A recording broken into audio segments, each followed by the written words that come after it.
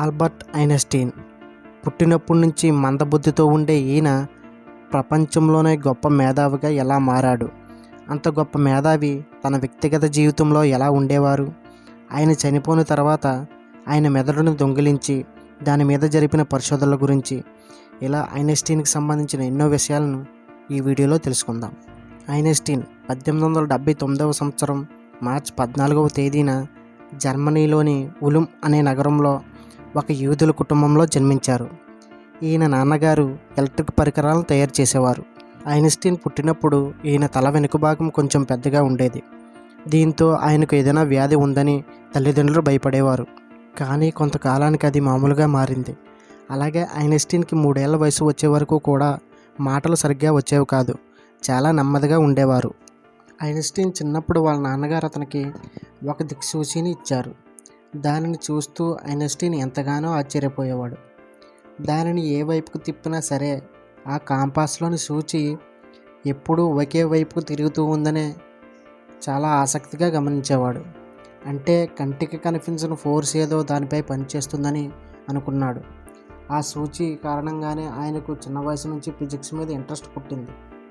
ఈయన స్కూల్లో ఉన్నప్పుడు కూడా ఫిజిక్స్ మరియు మ్యాథ్స్ మీద ఎక్కువ దృష్టి పెట్టేవారు. దీంతో మిగిలిన సబ్జెక్టులో మార్కులు తక్కువ రావడంతో ఐన్స్టీన్ ఒక యావరేజ్ స్టూడెంట్గానే ఉండేవారు. తర్వాత స్విస్ ఫెడరల్ పాలిటెక్నిక్లో తన కాలేజీ చదువు కోసం ఎంట్రన్స్ ఎగ్జామ్ రాస్తే దానిలో ఫెయిల్ అయ్యారు.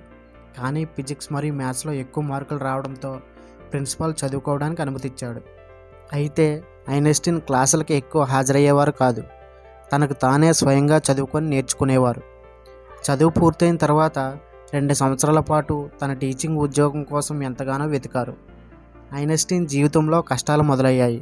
చదువు అయితే పూర్తయింది కానీ ఉద్యోగం మాత్రం దొరకలేదు. ఎన్నో ప్రయత్నాలు చేశారు. ఇదే సమయంలో ఐన్స్టీన్ నాన్నగారు వ్యాపారం పూర్తిగా దెబ్బతింది. కొంతకాలానికి ఐన్స్టీన్ నాన్నగారు అనారోగ్యం కారణంగా చనిపోయారు. ఒక ప్రక్క ఉద్యోగం లేదు, మరోపక్క కుటుంబ బాధ్యత. ఆయన జీవితం దుర్భరంగా మారింది.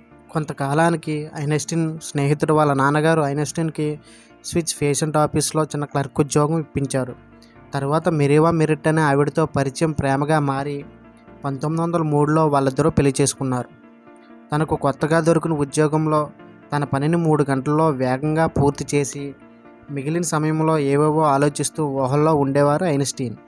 ఆ విధంగా ఆఫీస్లో పనిచేస్తూ ఖాళీ సమయంలో 4 సైంటిఫిక్ పేపర్స్ని రిలీజ్ చేశాడు. కాంతి, అణువుల ఉనికి, మోస్ట్ ఫేమస్ ఈక్వేషన్ అయినటువంటి E=mc², థియరీ ఆఫ్ రిలేటివిటీ, ఈ 4 మీద ఆయన విడుదల చేసిన సైంటిఫిక్ పేపర్స్ మొదటిసారిగా ప్రచురించబడ్డాయి. ఆ పేపర్ చూసిన వెంటనే మొత్తం ఫిజిక్స్ కమ్యూనిటీ మొత్తం నివ్వెరపోయింది. కానీ ఆయన చెప్పిన థియరీలు ఫిజిక్స్ రంగంలో ఉండే వాళ్ళకు అర్థం చేసుకోలేకపోయేవారు.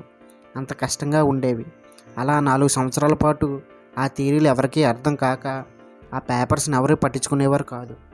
దాంతో ఐన్స్టీన్ ఎంతో నిరుత్సాహానికి గురయ్యాడు. కానీ చివరికి మ్యాథ్స్ ప్లాంక్ అని ఆయన ఆ పేపర్లో ఏదో మ్యాటర్ ఉందని గుర్తించాడు. అలా మ్యాథ్స్ ప్లాంక్ సహాయంతో ఐన్స్టీన్ ప్రతిపాదించిన ఒక్కొక్క థియరీ కన్ఫర్మ్ అవుతూ వచ్చాయి. ఈ థియరీలు అన్నీ కూడా ఫిజిక్స్ మొత్తాన్ని మార్చేశాయి. దాంతో ఒక్కసారిగా ఐన్స్టీన్ పేరు మారుమోగిపోయింది. ఆ 4 సైంటిఫిక్ పేపర్స్ విడుదలైనటువంటి 1905వ సంవత్సరాన్ని ఐన్స్టీన్ మిరాకిల్ ఇయర్గా పిలుస్తారు. అలాగే ఇంటర్నేషనల్ మీటింగ్లో లెక్చర్స్ ఇవ్వడానికి ఐన్స్టీన్కి ఆహ్వానాలు వచ్చేవి. ఎన్నో ఇన్స్టిట్యూట్లు, యూనివర్సిటీలు ఆయనకు మంచి మంచి ఉన్నత స్థానాలు ఇవ్వడానికి ముందుకు వచ్చాయి. అలా ఆయన సొరైన్ యూనివర్సిటీలో ఫిజిక్స్ ప్రొఫెసర్గా చేరారు. ఆయన ప్రొఫెసర్గా ఉన్నప్పుడు థియరీలను డెవలప్ చేసుకోవడానికి ఎక్కువ సమయం తీసుకునేవారు. అలా 1917లో తన పరిశోధనన్నింటిలోనూ ప్రముఖమైనటువంటి జనరల్ థియరీ ఆఫ్ రిలేటివిటీని పూర్తి చేశారు.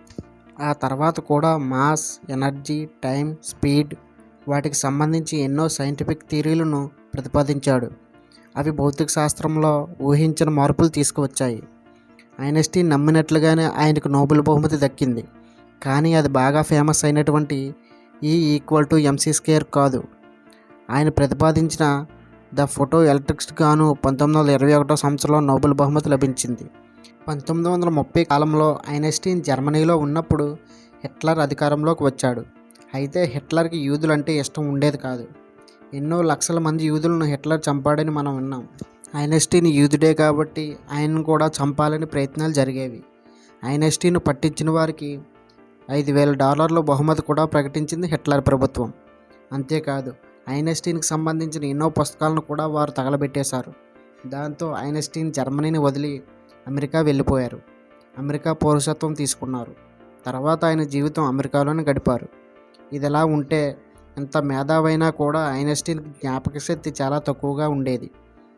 ఆయనకి ముఖ్యమైన వారి పేర్లు కూడా గుర్తుండేవి కాదు. కనీసం ఆయన ఫోన్ నెంబర్ కూడా ఒక్కొక్కసారి ఆయన మర్చిపోయేవారు. ఐన్స్టీన్ తన జీవితకాలం మొత్తం మీద సుమారు 300కు పైగా సైంటిఫిక్ పేపర్స్ని పబ్లిష్ చేశారు.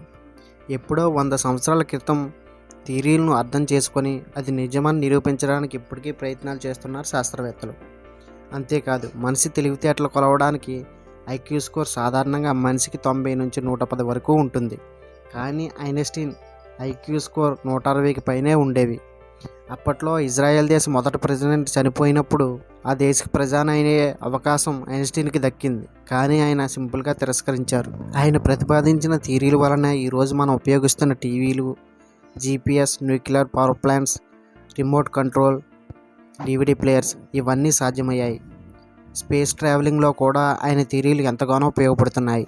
1955 ఏప్రిల్ 17న ఐన్స్టీన్కు అబ్డామినల్ ఏరోటిక్ ఎంజైమ్ కారణంగా, అంటే పొట్ట భాగంలో రక్తానికి తీసుకువెళ్ళే రక్తనాళం పగిలి రక్తం రావడం మొదలైంది.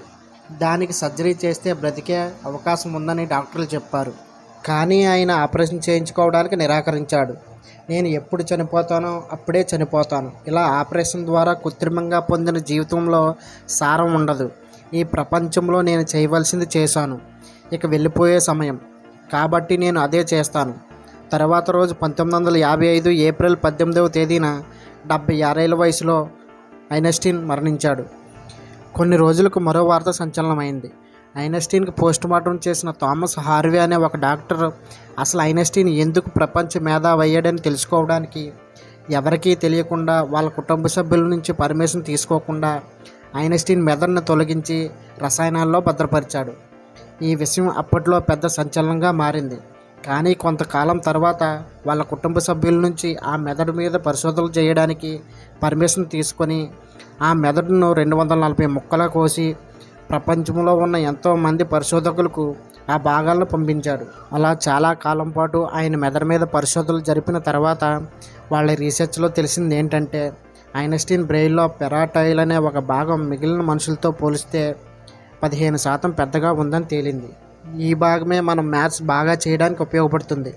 బహుశా ఆయన తెలివితేటలకు ఇది కూడా ఒక కారణమై ఉండొచ్చు. ఇక ఐన్స్టీన్ బ్రెయిన్ మీద పరిశోధనలు పూర్తయిన తర్వాత ఆయన మెదడును ఫిలడెల్ఫియాలో మ్యూజియంలో ఉంచబడింది. అంతేకాదు ఆయన కళ్ళు కూడా న్యూయార్క్ మ్యూజియంలో భద్రపరచబడ్డాయి.